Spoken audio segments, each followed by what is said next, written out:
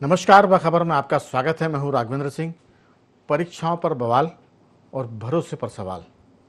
दरअसल ये कोई कविता की लाइन नहीं है, बल्कि देश में परीक्षाओं को लेकर जो घपले चल रहे हैं, जो लोचे हो रहे हैं, और जिससे परीक्षा देने वाले और परीक्षा देने वाले के परिवार का विश्वास हिल गया है।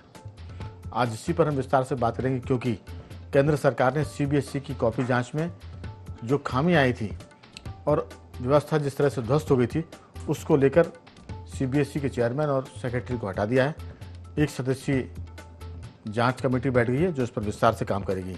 लेकिन फैसला कड़ा है, लेकिन अभी भी लोगों को उम्मीद नहीं है परीक्षा की तरह कि ये भी कितना कारगर होगा, जांच कितनी कारगर होगी, जो जिम्मेदार है उनको सज़ा मिलेगी या नहीं मिलेगी। क्योंकि लगभग हर साल अगर हम सारी एग्ज़ामों की बात करें तो 1 करोड़ से ज़्यादा विद्यार्थी बैठते हैं।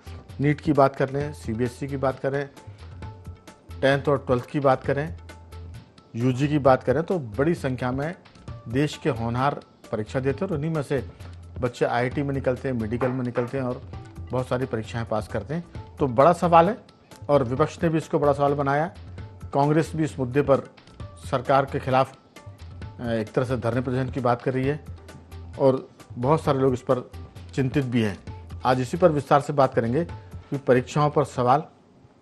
मैं ये सिर्फ इसलिए कह रहा हूँ क्योंकि ये जो चीज़ें हैं, इसने आदमी को इतना दुखी कर दिया है परीक्षाओं के मामले में कि लोग कह सकते हैं कि रो भी रहे हैं, गा भी रहे हैं और चिल्ला भी रहे हैं।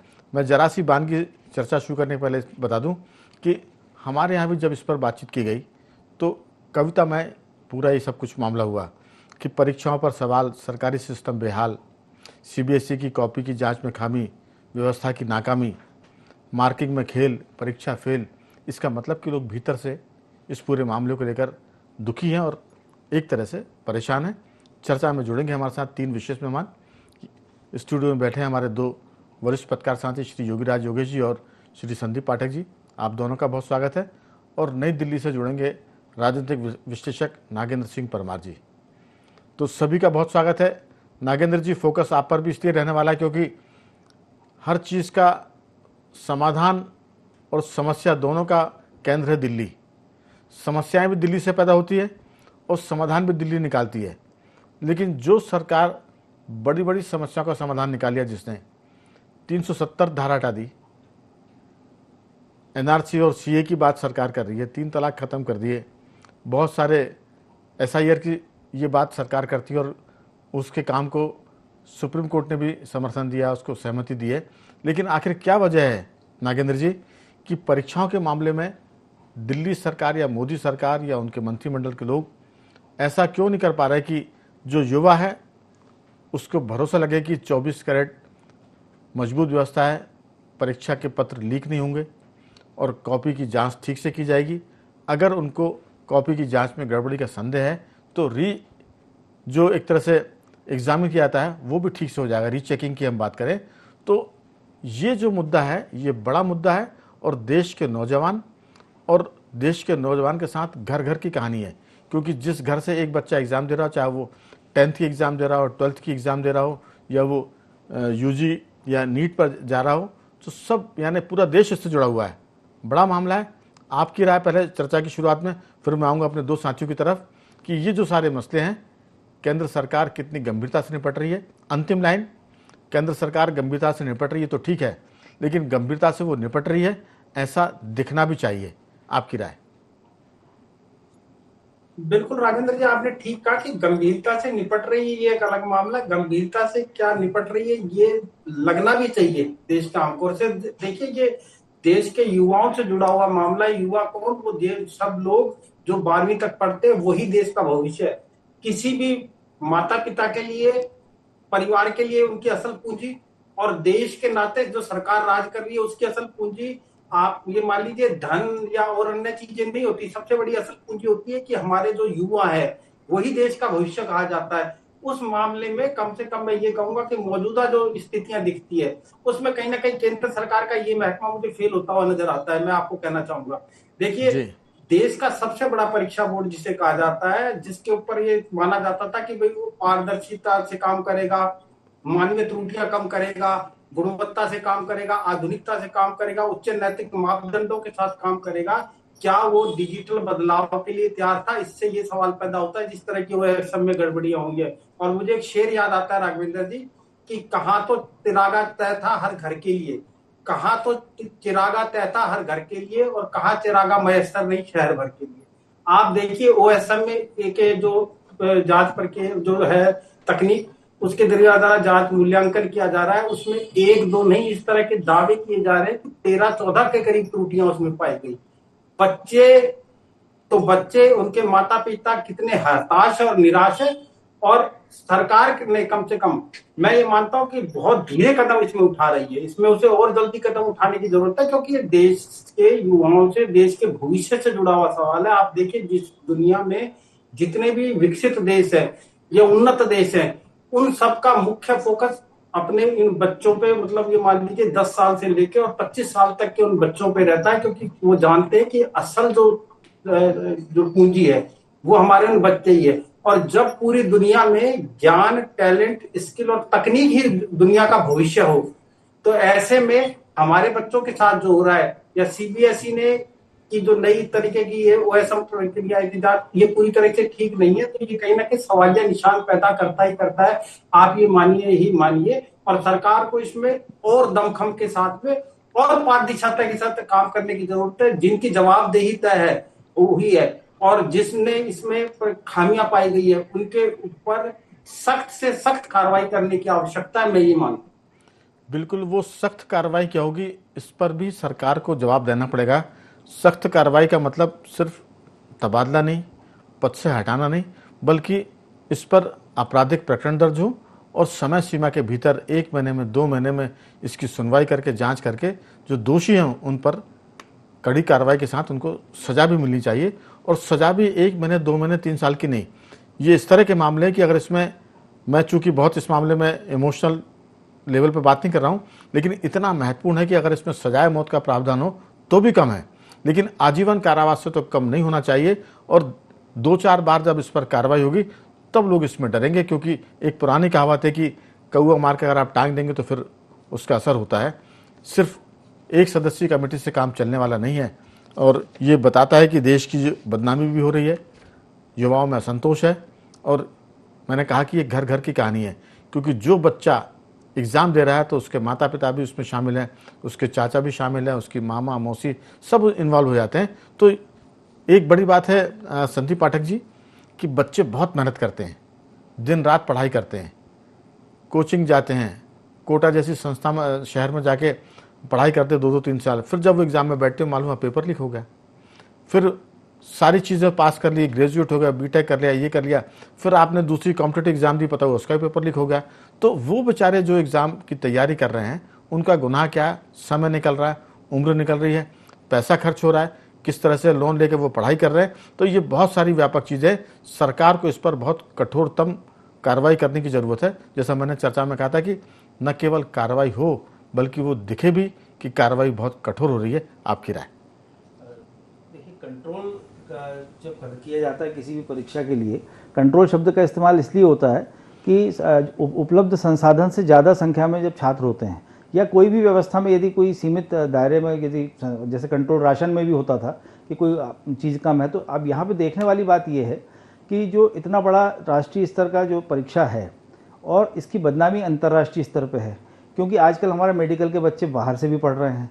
आज उन लोगों को ये चीज़ लगता है कि यहाँ तो अनसर्टेन है, यहाँ तो निर्णय होगा नहीं, बाहर चले जाओ। तो उससे बड़ी अंतर्राष्ट्रीय स्तर पर हमारी बदनामी है, पहली चीज़। दूसरी चीज़ इसमें यह है कि जो लोग इतनी साल भर मेहनत करते हैं वो बच्चे कहीं ना कहीं डिप्रेशन का शिकार हो रहे हैं। तो हमारी युवा पीढ़ी किस तरफ जा रही है, अगर उसको कहीं ना कहीं ये चीज़ बहुत ही, आपने भावनात्मक तौर से भी इस बात को समझना होगा कि माँ बाप, उनके इष्ट मित्र, वो बच्चों के अपने सहपाठी, कितने लोग इससे मतलब उससे जुड़े हुए हैं। फिर साथ में इतने बड़ा कोचिंग हब, कोचिंग क्लासेस, इसके एग्ज़ाम्स के जो इनके शॉर्ट टर्म पेपर्स होते हैं, जो डेमो के पेपर होते हैं, ये पूरी एजेंसियाँ कहीं ना कहीं एक संदेह के घेरे में आ जाती हैं। क्योंकि जब संदेह का कहीं ना कहीं जिक्र हुआ तो बात कहीं ना कहीं जाकर रुकेगी, और इसमें सबसे पहले कोचिंग वाले बदनाम होते हैं, उसके बाद हमारा सिस्टम बदनाम होता है। तो इसकी पारदर्शिता का जो इन्होंने जो जांच है, या एक सदस्यीय जांच की इन्होंने जो व्यवस्था बनाई है, ये नाकाफ़ी है मेरे हिसाब से। और सबसे बड़ी बात है समय टाइम बॉन्ड काम नहीं हो पा रहा है कि एक तो वैसे रिजल्ट्स अपने आप में दे रही हैं, और सबसे बड़ा जो इसमें जो समझने की बात है, अगर आपने किसी को किसी संस्थाओं में इन्विजिलेशन करते देखा होगा, आप देखिए अगर केवल भोपाल शहर की बात कर दें, भोपाल शहर के जितने सेंटर्स में एग्जाम होते हैं सबके सेंटर्स का माहौल अलग अलग होता है। इन्विजिलेटर जो होते हैं उनका मेंटल लेवल ही अलग होता है। कुछ लोग तो इस परीक्षा को ऐसे ट्रीट करते हैं जैसे 6वीं 7वीं की परीक्षा हो रही हो, बात कर रहे हैं मोबाइल पर, लोगों को स्टूडेंट रोकते हैं। मतलब इसका और जांचने की बात कर लीजिए, जब ऑनलाइन एग्जाम होते हैं तो इनको बड़े बड़े private college, engineering college, medical college मतलब रेंट आउट करना पड़ता है कि आप हमको फैसिलिटी दीजिए। तो कहने का मतलब ये कि इस तरीके से कहीं ना कहीं लीकेज तो हो ही जाएगा। अगर इतने बड़े एग्जाम पे अगर फोकस है तो उसकी संसाधन भी ऐसे होने चाहिए कि बहुत सधा हुआ काम हो। ये आउटसोर्स करके उपकृत करने की जो प्रवृत्ति है, और लोग बाग ये नया सेटअप आजकल जो बिजनेस का चालू हो गया है कि रसूखदार लोग अपना एजुकेशन लाइन में शिफ्ट हो गए हैं और उनका इन्फ्लुएंस काम करने लगता है। और पहले भी कई घोटाले घपले हुए हैं इस मामले में, कोई मतलब छुपी बातें नहीं है हर लेवल पे। तो मुझे लगता है कि इस पर अगर सरकार को बहुत सख्त होना भी चाहिए जी, और मुझे लगता है करेगी इस तरफ कुछ हो तो सख्ती की बहुत दरकार है। और अगर हम परीक्षाओं पर भी व्यवस्था को ठीक नहीं कर पाए तो फिर हम किस तरह के बच्चों को निकालेंगे। सबसे खास बात योगीराज जी ये कि जो बच्चे पढ़ रहे हैं, मैंने कहा पूरा परिवार जो बच्चों की पढ़ाई में लगा रहता है, 10th 12th और फिर नीट की हम बात करें, यूजी की बात करें, तो उनके करियर का बहुत ही एक तरह से निर्णायक मोड़ होता है। अगर उस मोड़ पर पेपर लीक हो जाए, परीक्षाओं में गड़बड़ी हो जाए, कॉपी जांचने में दिक्कत हो जाए, तो उसका तो भविष्य चौपट हो जाता है। वो अंधेरे में खड़ा होता है और चौराहे पर खड़ा होता है कि करे तो क्या करे, और फिर उसका गुस्सा सरकार के खिलाफ निकलता है। और देश में इसी तरह के माहौल को बनाने की कोशिश हो रही है, और इस कोशिश में सरकार की भूमिका ज़्यादा दिखती है, क्योंकि ऐसा नहीं है कि कोई अलाउद्दीन का चिराग आएगा तब इस अव्यवस्था को रोक पाएगा। जब आप बड़ी बड़ी समस्याओं का समाधान ढूंढ रहे हैं तो ये किस खेत की मूली है कि आप परीक्षा के मामले में पेपर लीक कर नहीं रोक पा रहे हैं, परीक्षाओं की जचाई में आप ठीक से काम नहीं कर पा रहे हैं। अगर यूपीएससी का पेपर लीक नहीं हो सकता है तो फिर सीबीएसई का कैसे होता है? यूपीएससी की अगर एग्ज़ाम होने के बाद उसमें कोई गड़बड़ी नहीं होती तो फिर सीबीएसई में कैसे हो पा रही है? ये तो हमारे देश के वो नौनिहाल जो बहुत ही प्रतिभा संपन्न है और जो विदेशों में जाके झंडे गाड़ते हैं, जब वो बीटेक करते हैं, वो मेडिकल साइंस में जाते हैं। तो आपकी राय ये सारा मामला कैसा है? कि मैं सिर्फ इसमें नागेंद्र जी ने एक शेर पढ़ा था, मैं उसी के जवाब में मुशायरा तो नहीं करना चाहता, लेकिन मैं ये करना चाहता हूँ कि इस दौरे तरक्की के अंदाज निराले हैं, इस दौरे तरक्की के अंदाज निराले हैं। सड़कों पर उजाले, जहन में अंधेरे और सड़कों पर उजाले हैं।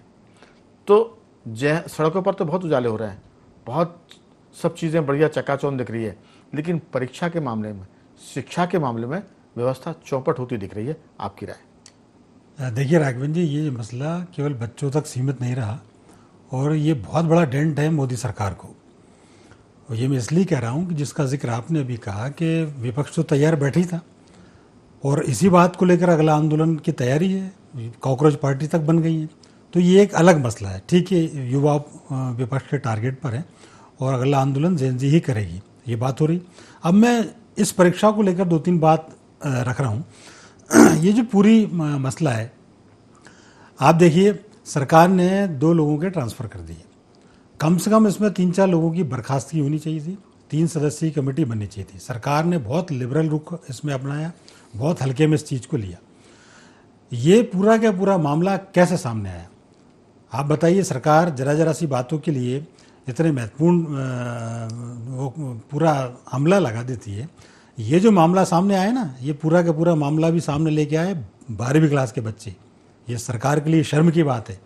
आप ईडी, सीबीआई और सीआईडी लेके बैठे हैं, आपको होश नहीं है कि स्कूलों में क्या हो रहा है, सीबीएसई में क्या हो रहा है, नीट में क्या हो रहा है। अभी नीट की पेपर से निजात नहीं मिली थी, आपने सीबीएसई की पेपर ढंग के नहीं करा पा रहा है, मतलब 12th के पेपर आप ठीक से नहीं करा पा रहा है। और वो तो भला हो ये रीचेकिंग का मामला है, रीचेकिंग का मसला नहीं होता तो ये मामला ही निपट जाता। और इतनी भारी संख्या में बच्चों ने रीचेकिंग कराया, मतलब गड़बड़ी की आशंका बहुत पहले से थी। बच्चों के मार्क्स कम आए, बच्चों को शंका हुई तो उन्होंने रीचेकिंग में गए, और रीचेकिंग में गए तो ये मसले सामने आए। और ये 12th रीचेकिंग में गया तो पूरी उनकी जो साइट थी वो क्रैश हो गई, सारा सिस्टम ध्वस्त हो गया। वहां भी दिक्कत आई, ऐसा नहीं कि वहां भी आराम से सब कुछ हुआ हो। वो ध्वस्त तो पहले तभी हो गया था जब बच्चे रीचेकिंग के लिए फीस भर रहे थे। जी, एक विषय की 1-2, 4 हजार रुपए फीस ले रहे हैं आप रीचेकिंग की।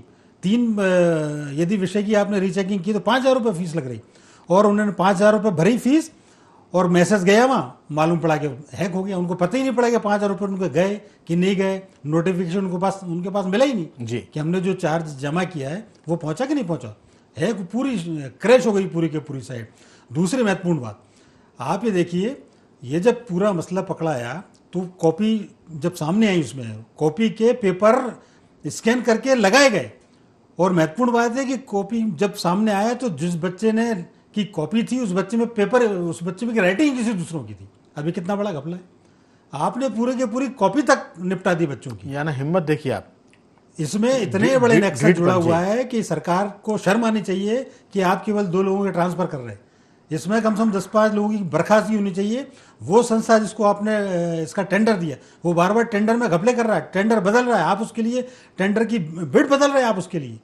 इसमें सरकार के बड़े लोग इन्वॉल्व हैं। मैं तो कहता हूँ शिक्षा मंत्री का इस्तीफा इस मामले में होना चाहिए यदि वास्तव में मोदी सरकार ईमानदार है, क्योंकि आप इतने बच्चों को इतने इजीली, इतने आप आसानी से ले रहे हैं इस पूरे के पूरे मसले को। एक साल में एक ही बच्चे को 2 बार आपने डेंट पहुंचाया, एक तो नीट की पेपर, और जो जिसने नीट की पेपर दी वही तो 12th का पेपर दे रहा था।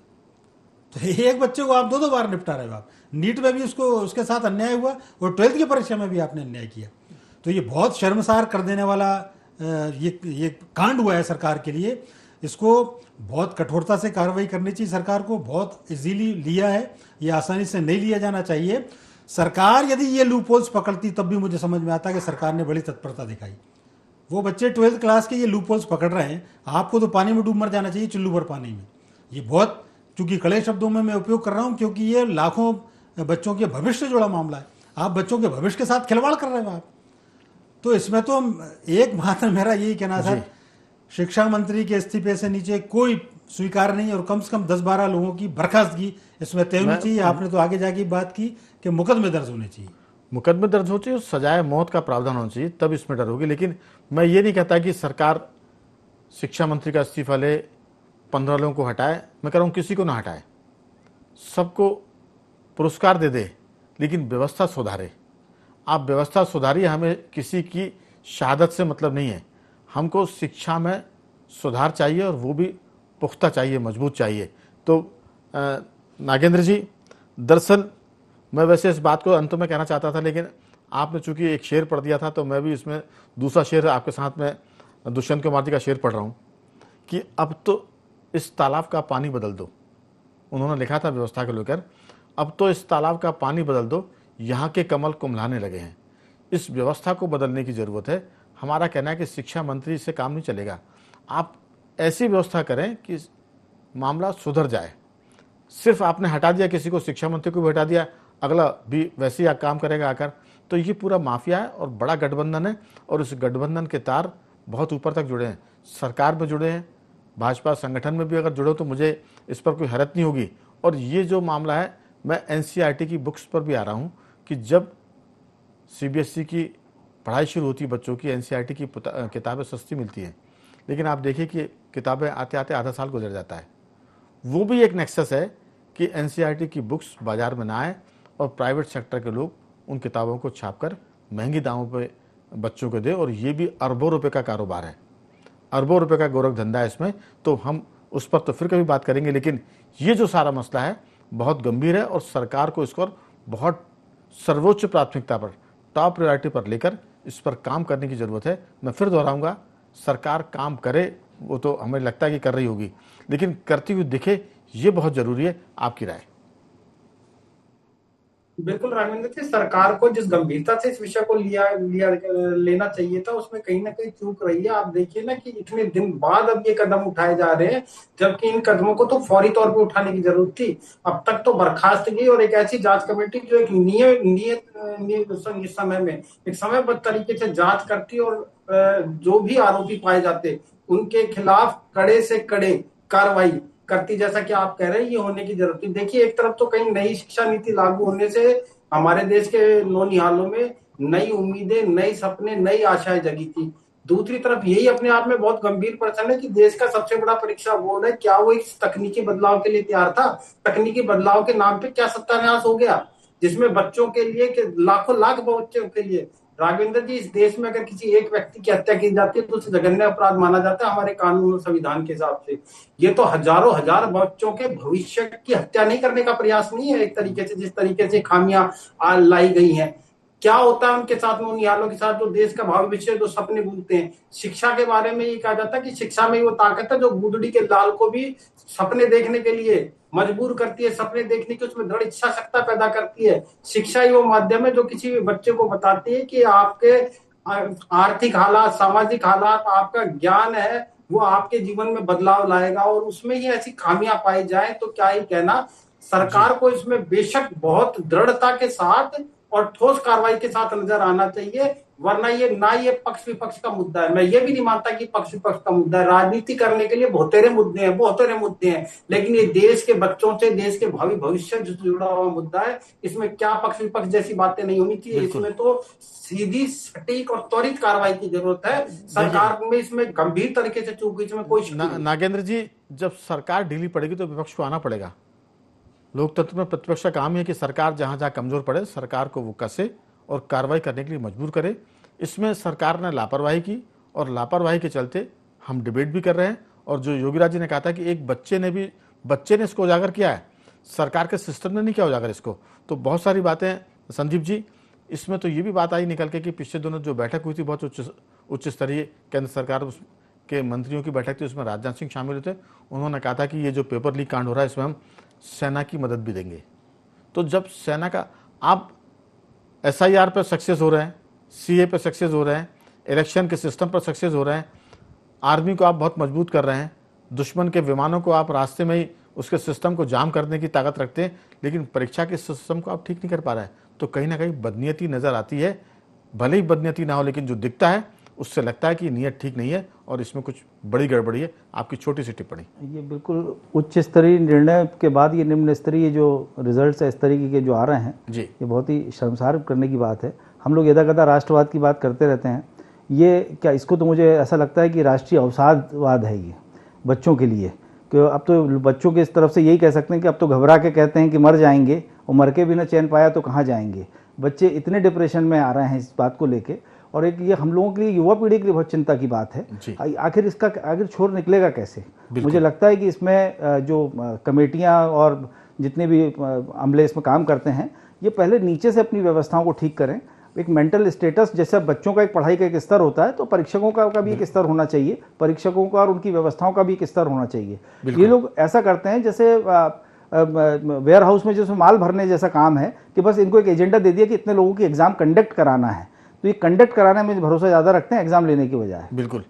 सवाल ये नहीं है कि CBSE के चेयरमैन राहुल सिंह को हटा दिया, सवाल ये भी नहीं कि वहाँ के सेक्रेटरी हिमांशु गुप्ता का ट्रांसफ़र किया। इतना कुछ बिगड़ा योगीराज जी, इसमें जो जिम्मेदार लोग हैं, जो जिनके पास व्यवस्था थी, उनका क्या बिगड़ा? उनका जब तक नहीं बिगड़ेगा तब तक बच्चों के भविष्य बिगड़ते रहेंगे। मुझे लगता है कि इस पर, जो मैं फिर दोहरा रहा हूँ, सजाए मौत का प्रावधान होना चाहिए। बहुत संगीन मामला है और आर्मी के लिए हम जिस तरह से चिंतित रहते हैं उससे कम चिंता का विषय नहीं है बच्चों की पढ़ाई, परीक्षा और उसके परिणाम। आपकी राय? देखिए, जब आप ऑनलाइन मोड पर जा रहे हैं तो आपको उस ऑनलाइन मोड पर आपके दिमाग को भी ले जाना पड़ेगा, आपको वैसी तैयारी करनी पड़ेगी। केवल ये नहीं होता कि साहब हम सिस्टम में चले गए, हमने कंप्यूटराइज कर दिया सारे का सारा, वो सारे कंप्यूटर हैक हो रहे हैं, आपकी साइट आपकी हैक हो रही है।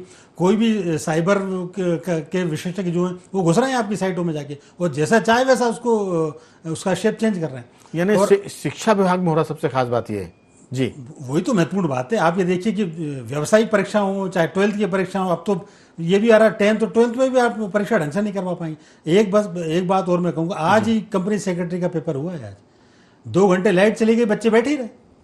तो आप कर क्या रहे हो? आप ऑनलाइन मोड पे जा रहे हो, लाइट की इंतजाम नहीं कर पा रहे हो कंपनी सेक्रेटरी जैसे जी एग्जाम के लिए। तो ये तो परेशानियां आती रहेंगी। हमारा सवाल सिर्फ ये कि अगर किसी देश को बर्बाद करना है तो उसकी शिक्षा व्यवस्था को आप खत्म कर दो।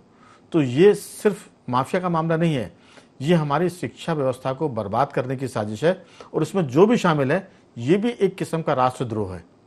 हम उससे, राष्ट्रद्रोह का मतलब ये नहीं कि आतंकवादी आए, राष्ट्रद्रोह का ये मतलब नहीं कि किसी ने बम उड़ा दिया हो, ये भी एक किस्म का राष्ट्रद्रोह। और ये ज़्यादा संगीन है क्योंकि शिक्षा का मामला है। अगर शिक्षा की व्यवस्था बर्बाद हुई तो फिर बच्चों का भविष्य बर्बाद होगा, और बच्चों का भविष्य अगर बर्बाद हुआ तो फिर देश का भविष्य चौपट हो जाएगा। तो बहुत गंभीरता से काम करने की ज़रूरत है।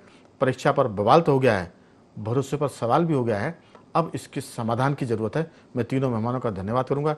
नागेंद्र जी आपका बहुत धन्यवाद, पाठक जी आपका बहुत धन्यवाद और योगीराज जी आपका भी बहुत बहुत साधुवाद कि आपने चर्चा में हिस्सा लिया। बाखबर में आज सिर्फ इतना ही। बन रहिए हमारे साथ और देखते रहिए IND24।